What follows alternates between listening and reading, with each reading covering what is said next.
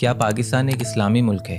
पिछले 77 सालों से ये बहस चली आ रही है कि पाकिस्तान एक डेमोक्रेटिक कंट्री है या इस्लामी रियासत। अगर इस्लामी रियासत है तो इस्लाम सिर्फ मस्जिदों की हद तक ही क्यों नाफिज है, और अगर डेमोक्रेटिक कंट्री है तो दुनिया की बाकी डेमोक्रेटिक कंट्रीज में सबसे पीछे क्यों?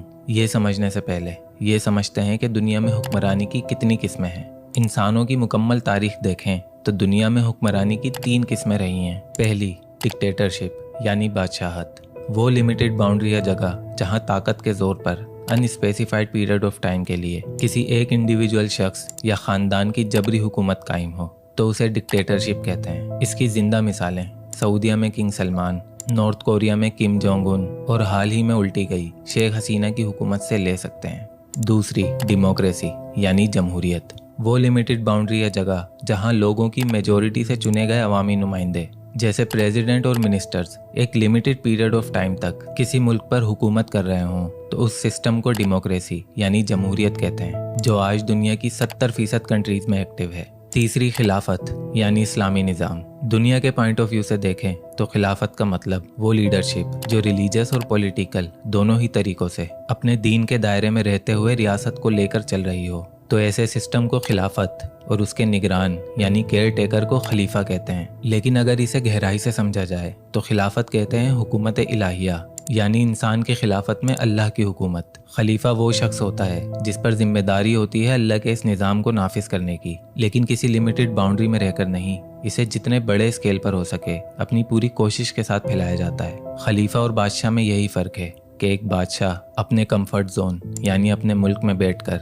अपनी गद्दी की फिक्र और पावर के नशे में पूरी जिंदगी गुजारता है, जबकि एक खलीफा का काम अपनी पूरी जिंदगी अल्लाह के इस निज़ाम को जितने बड़े स्केल पर हो सके फैलाने की जिम्मेदारी होती है। अब बात आती है कि पाकिस्तान इस्लामी मुल्क है या नहीं, तो जवाब है कि पाकिस्तान ना तो इस्लामी मुल्क है और ना ही जमहूरी। यहाँ इस्लाम और जमहूरियत दोनों ही चीज़ों को अलग अलग ग्राउंड्स पर बहुत अच्छे से मैनिपुलेट करके इस्तेमाल किया जाता है, जिसकी वजह से इस पर इस्लाम और डेमोक्रेसी दोनों ही टैग्स हमेशा लगे रहते हैं और दुनिया पर यह इंप्रेशन जाता है कि इस्लामी डेमोक्रेटिक कंट्रीज शायद ऐसी होती हैं। लेकिन अगर आप इस्लाम को गहराई से स्टडी करें तो यू विल रियलाइज कि इस्लामी मुल्क जैसी कोई टर्म एग्जिस्ट ही नहीं करती। इस्लामी मुल्क नहीं, इस्लामी रियासत होती है, और रियासत का बादशाह या प्राइम मिनिस्टर नहीं बल्कि खलीफा होता है, जो किसी एक मुल्क, जमात या फिरके का नहीं बल्कि दुनिया के तमाम मुसलमानों का होता है। और एक खलीफा की क्या रिस्पॉन्सिबिलिटीज़ हैं वो मैं समझा चुका हूँ। अब खलीफा और खिलाफत के बारे में सुनकर एक आम इंसान के जहन में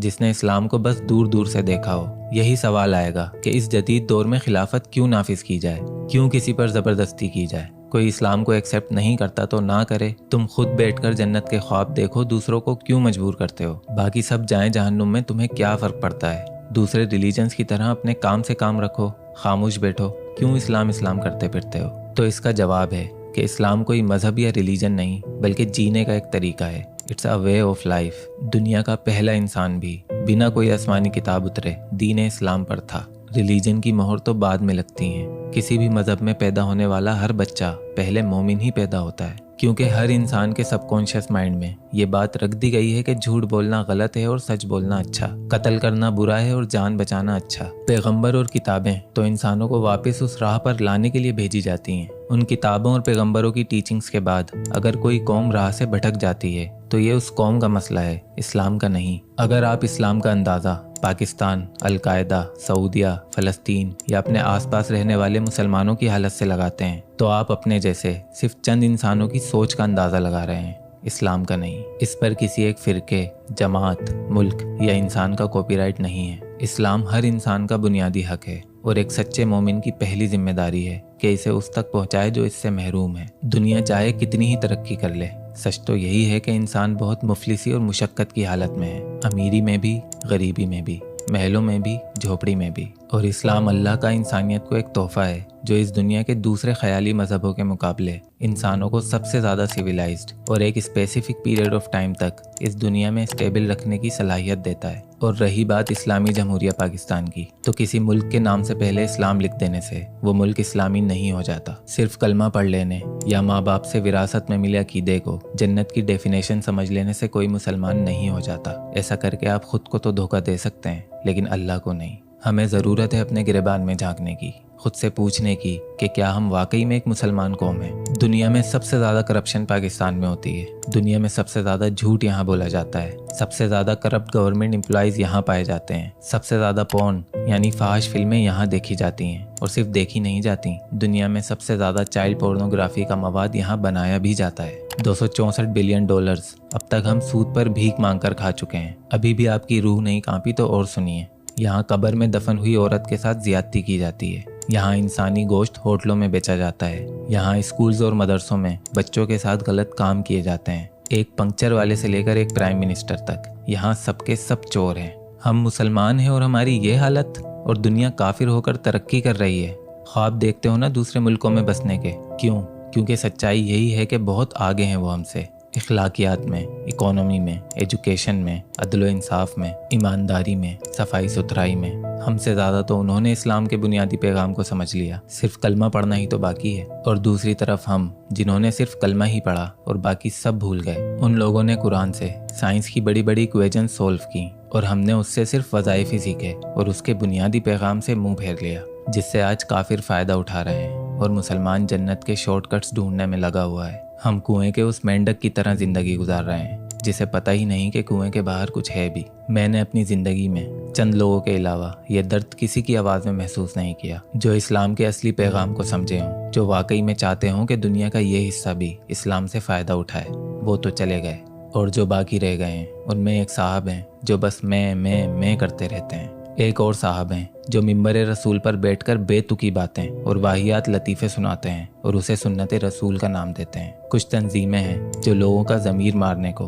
पाकिस्तान की तरक्की में शुमार करती हैं। एक ग्रोह है जो पूरे जोशो जज्बे के साथ नाते और कवालियाँ पढ़ने को दीन की खिदमत कहता है। एक और जमात है जो अपने हाल और मुस्तकबिल से ज़्यादा अपने माजी पे सीना पीटती है। क्या ऐसे मुल्क को आप इस्लामी कहेंगे जिसमें कुरान और हदीस से माशरे में कोई बदलाव लाने के बजाय कस्में खाने, रट्टे लगवाकर बच्चों को हाफिज बनवाने और दूसरे फिरके के लोगों का मुंह बंद करने के लिए इस्तेमाल किया जाता हो? 77 सालों में सूद जैसी लानत से तो छुटकारा पा नहीं सके हम, जो इस्लाम के बुनियादी रूल्स में से एक और अल्लाह से खुली जंग है, और इसे इस्लामी मुल्क कहते हो? क्या ये इस्लाम की तौहीन नहीं है? अल्लाह ताला फरमाता है, तो क्या तुम किताब के एक हिस्से को मानते हो और एक को नहीं मानते? तो जो कोई भी ये काम करेगा उसकी सज़ा इसके सिवा कुछ नहीं कि दुनिया और आखिरत की ज़िंदगी में जलीलो ख्वार कर दिया जाए, जो कि हम हो रहे हैं आज। हाँ, लेकिन इस मुल्क में कुछ लोग हैं जो दबे अल्फाजों में ही सही लेकिन कहते हैं कि कुरान और सुन्नत ज़रूर नाफिज होनी चाहिए। लेकिन कहाँ? सिर्फ मस्जिद की हुदूद तक, क्योंकि अगर उसके बाहर किसी ने बोलने की हिम्मत की तो उसे रातों रात गायब कर दिया जाता है, क्योंकि इस्लामी निज़ाम उनकी दुकानों के लिए सबसे बड़ा ख़तरा है और उसकी हिफाजत के लिए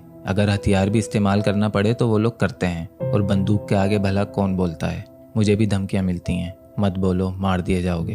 तो उन सहूलतकारों को मेरा एक पैगाम है, मैं मार दिया जाऊंगा तो क्या तुम लोग हमेशा जिंदा रहने वाले हो? काश तुमने जान लिया होता कि कायनात का सबसे बड़ा सच मौत है, जो अच्छे बुरे, गोरे काले, अमीर गरीब, मोमिन काफिर हर इंसान को आती है। और याद रखना, जिनकी सहूलतकारियों में चंद पैसों की नौकरी और पेंशन के लिए अपने बड़ों के हुक्म पर तुम लोगों के मुंह बंद करते फिरते हो, वो तुम्हारे बाद आने वाली नस्लों के लिए सबसे बड़ा खतरा है। आंखें खोल कर देखो, तुम और तुम्हारे आका उस चीज को खा रहे हो जो आहिस्ता आहिस्ता खत्म हो रही है, और आखिर में जब खाने के लिए कुछ नहीं बचेगा तो वो तुमको भी खा जाएंगे। तुम्हारे अंदर के मोमिन का तो पता नहीं, लेकिन तुम्हारे अंदर का इंसान तुम्हें हर गलत काम करने, झूठ बोलने, रिश्वत लेने, अपने सुपीरियर्स के नाजायज हुक्मों की तामील करने से पहले अंदर ही अंदर जरूर मलामत करता होगा कि तुम ये गलत कर रहे हो। लेकिन एक बार मरने के डर से तुम रोज 1000 मौतें मरते हो। इससे बेहतर है कि तुम एक बार ही मर जाओ। अगर नहीं मर रहे तो कम से कम मुंह ही खोल लो अपना। अब नहीं बोलोगे तो कब बोलोगे? क्या तुम इस दुनिया को कुछ भी देकर नहीं जाओगे?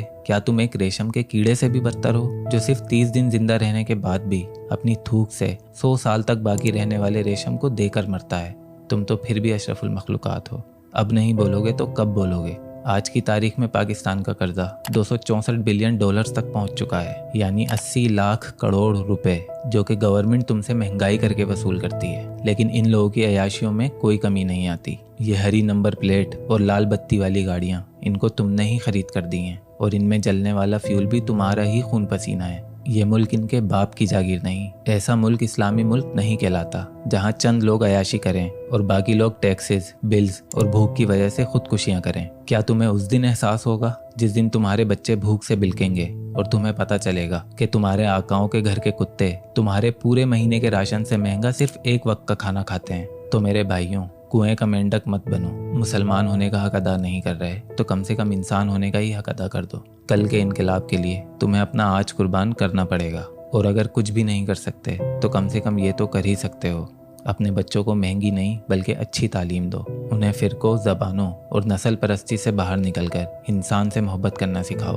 उन्हें ऐसी तरबियत दो कि उनकी मौजूदगी में कोई नॉन मुस्लिम उनसे डरने के बजाय खुद को प्रोटेक्टेड फील करे। उन्हें भूख की कीमत, प्यास की शिद्दत महसूस करवाओ। उन्हें समझाओ कि इंसान को जिंदा रहने के लिए कितना अनाज दरकार होता है। उन्हें डराओ कि अगर उनके पास एक एक्स्ट्रा रोटी थी और इलाके में कोई कुत्ता भी भूख से मर गया तो उसका हिसाब भी उनके जिम्मे होगा। ऐसी तरबियत लेकर जब ये बच्चे माशरे में निकलकर जहालत के अंधेरे मिटाएंगे तब इनकलाब आएगा, और फिर हम फ़ख्र के साथ लिखेंगे कि ये है एक इस्लामिक स्टेट। दुनिया मिसालें देगी कि ऐसा होता है इस्लामी माशरा, और यही होगी इंसान और इस्लाम की जीत।